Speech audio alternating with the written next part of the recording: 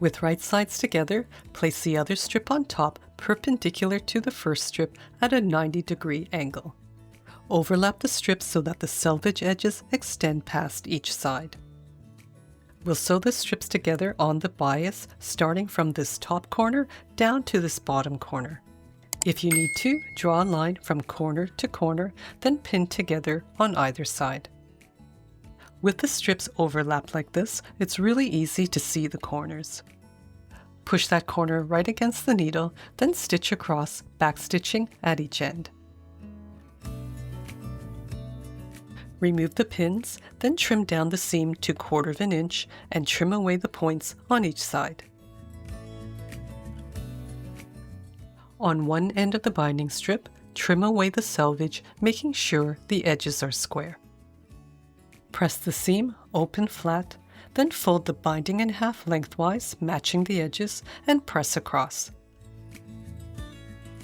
Once done, open up the end without the selvage. Then fold up the end so it aligns with the side, creating a 45-degree angle. Press and leave the end open. If my fabric has a directional print, I prefer my binding join to be close to the center at the bottom. For the binding method I'm using, I start sewing from the back. I'm turning it lengthwise and then folding it in half to find the center. I'll just place a pin there to mark it. From the center, measure up about 5 or 6 inches and mark it with a clip. With the wrong side up, take the folded end of the binding and place it down with the angle on the right and the bottom edge of the fold in line with the center. Match the edge of the binding with the fabric, then measure down from the center 5 or 6 inches. Fold the binding over and clip in place. We'll start sewing the binding from this clip, then all around, finishing at this clip. I'll be using 1/4 inch seam allowance, and when stitching down towards the corner, I need to stop the stitching 1/4 inch before the next edge. If you need to, place a ruler across the bottom edge, measure up 1/4 inch, and mark across. Also mark the bottom corner. The stitching will stop at this mark and then pivot out past the corner. We'll start with a back stitch at that first clip. Stitch towards the corner and stop with your needle down at that 1/4 inch mark. Lift the presser foot and pivot, then stitch to the corner and past it about 1 inch. Don't cut the thread and turn the fabric around. Now you don't need to do this, but I'm just pulling the thread out a bit more to show you more clearly how I'm folding the corner. Because you have this diagonal stitch line, it's really easy to fold the binding up and over against it so that the sides are in a straight line, the fold of the binding is parallel with the sides, and you have a 45-degree angle from the corner. On the folded side of the binding, place your fingernail at the top edge of the fabric and fold the binding straight down, matching the edges on the side. This top fold should be straight across and even with the fabric, and the sides should be all aligned. Again, there's no need to cut the thread, just start stitching again from the very edge, and you don't need to backstitch. Another way to know where to stop with the needle down is by folding up the binding. Fold up 1/4 inch and crease along the fold. Stitch to the crease line and pivot to the corner. Once you get used to doing this, you won't need to mark the end at all. So whatever seam allowance you're using, stop that same distance before the corner. Finish stitching the binding about where this clip is. This is how the corners should look. And here's that bit of extra thread. Again, you don't need to trim it, it'll all get tucked inside. Smooth out the binding so it's nice and flat, then open up the folded end.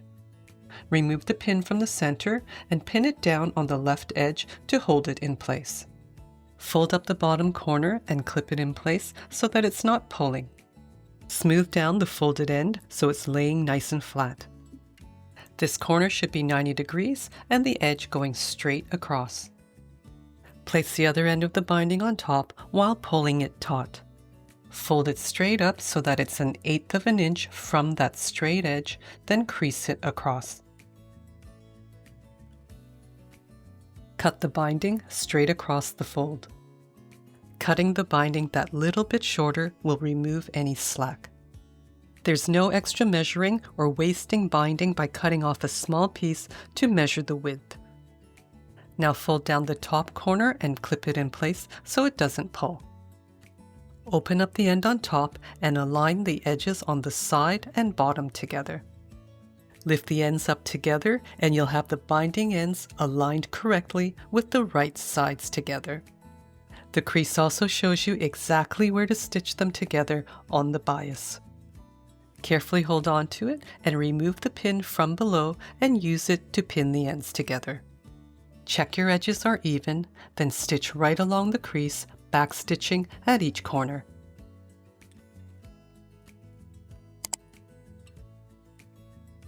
Trim the seam down to 1/4 of an inch. These two pieces are the only bits of waste from the binding. Remove the clips, press the seam open flat and in half again. You can see here the binding's just a little bit shorter, but when you stitch it together, it'll be nice and flat. Clip the edges together if you need to, and then stitch starting and stopping right over the original stitching about 1 inch on each side. You don't need to backstitch.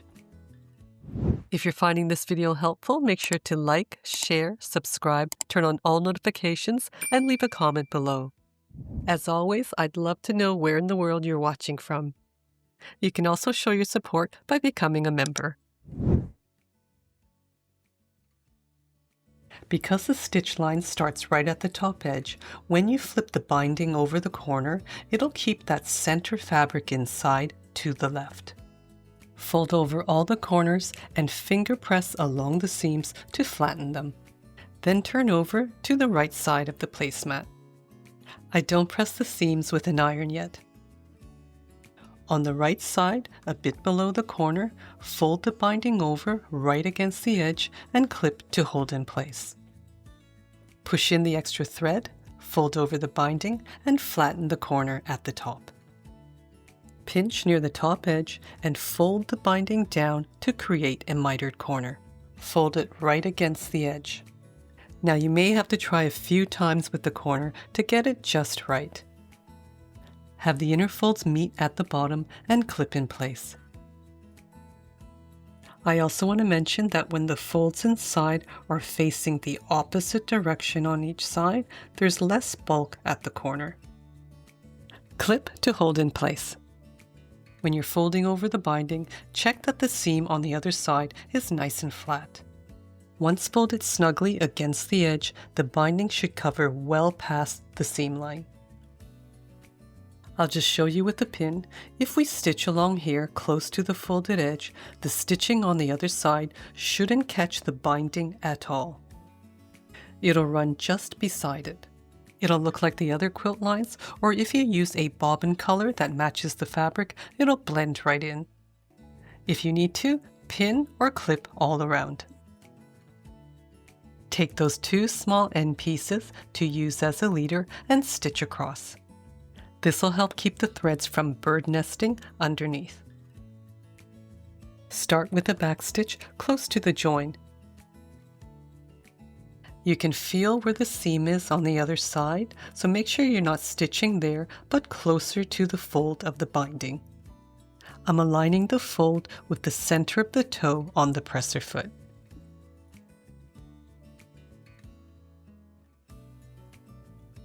At the corners, stitch right to the center seam and with the needle down, lift the presser foot and pivot.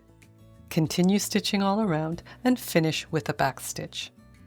If you have a hard time edge stitching the binding, there's a special presser foot you can use that makes it a lot easier. This is a 1.5 millimeter or 1/16 of an inch left compensating foot. There's 2 separate feet that are spring-loaded to work with different thicknesses. The left side is thicker with a small groove to butt the binding edge against. The right side is higher to glide along the thicker layer with the binding.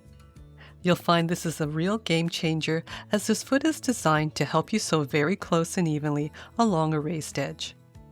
I'll also leave a link for this down in the description. Make sure to check out this full tutorial. Thanks again for watching. Take care and happy sewing.